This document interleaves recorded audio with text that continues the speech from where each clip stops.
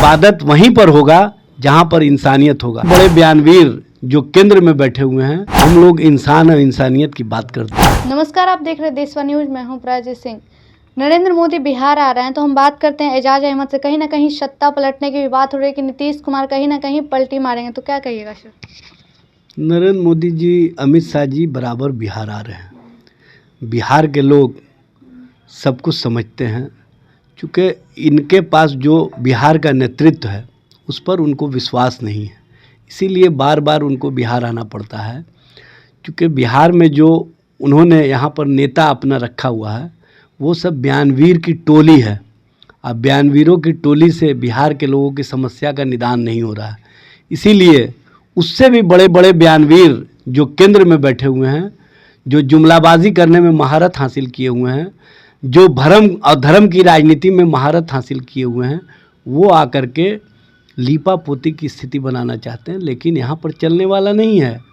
यहाँ पर नफ़रत की राजनीति समाप्त हो चुकी है। यहाँ पर हमने रोज़गार देने का कार्य किया, नौकरियाँ देने का कार्य किया। बिहार का नौजवान जिस तरह से नौकरियों के माध्यम से अपने भविष्य को बेहतर कर रहा है, अपने परिवार के भविष्य को बेहतर कर रहा है, और बिहार ही नहीं बल्कि दूसरे राज्य के, गुजरात के भी, उत्तर प्रदेश की भी बिहार आकर के नौकरियां प्राप्त कर रहे हैं और कह रहे हैं कि यहाँ पर जोगी मॉडल, मोदी मॉडल नहीं चलेगा। यहाँ पर चलेगा तो विकास परक, नौकरी परक मॉडल चलेगा। यहाँ पर तेजस्वी प्रसाद यादव और नीतीश कुमार का मॉडल चलेगा, जो बिहार को आगे बढ़ाने वाला है, बिहार के भविष्य को बेहतर करने वाला है, बिहार को संवारने वाला है। इसीलिए इस तरह की राजनीति करने वाले चाहे जितनी बार बिहार आ लें, बिहार के लोग उनको भाव देने वाले नहीं हैं। सर, कहीं ना कहीं रोजगार की आप बात करें तो रोजगार पहले चरण की परीक्षा हो गई, सप्लीमेंट्री रिजल्ट वाले लोग आज विरोध प्रदर्शन कर रहे हैं। दूसरे चरण की नियुक्ति पत्र बांटी जा रही है, पहले चरण के लोग विरोध कर रहे हैं, इस पर क्या कहेंगे? देखिए, विरोध की आवश्यकता नहीं है। जब पास आउट आप हैं तो आपको नियुक्ति पत्र मिलेगा, क्योंकि जो प्रक्रिया है वो प्रक्रिया चलते रहता है निरंतर। अब प्रक्रिया के दरमियान भी अगर कोई राजनीति कर रहा है या राजनीति करवा रहा है तो इसका मतलब है कि वो नौजवानों के हितों का विरोधी है, नौजवानों के भविष्य का विरोधी है। नौजवानों के साथ वो किस तरह से खिलवाड़ कर रहा है जो इस तरह का राजनीति कर रहा है।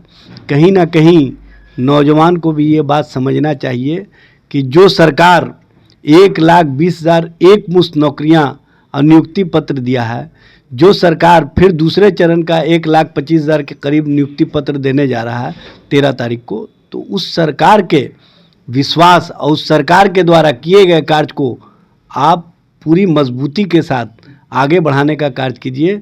इसमें कोई राजनीति मत कीजिए और राजनीति की कोई आवश्यकता भी नहीं है। सर, धर्म की बात कहे थे आप कुछ देर पहले, तो धर्म की बात में कहा जा रहा है कि कल तेजस्वी यादव बोले तो उनको बोल रहे हैं कि माफ़ी मांगना चाहिए महावीर मंदिर जाके।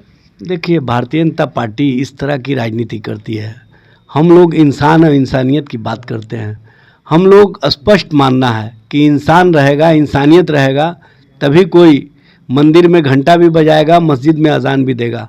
इबादत वहीं पर होगा जहां पर इंसानियत होगा।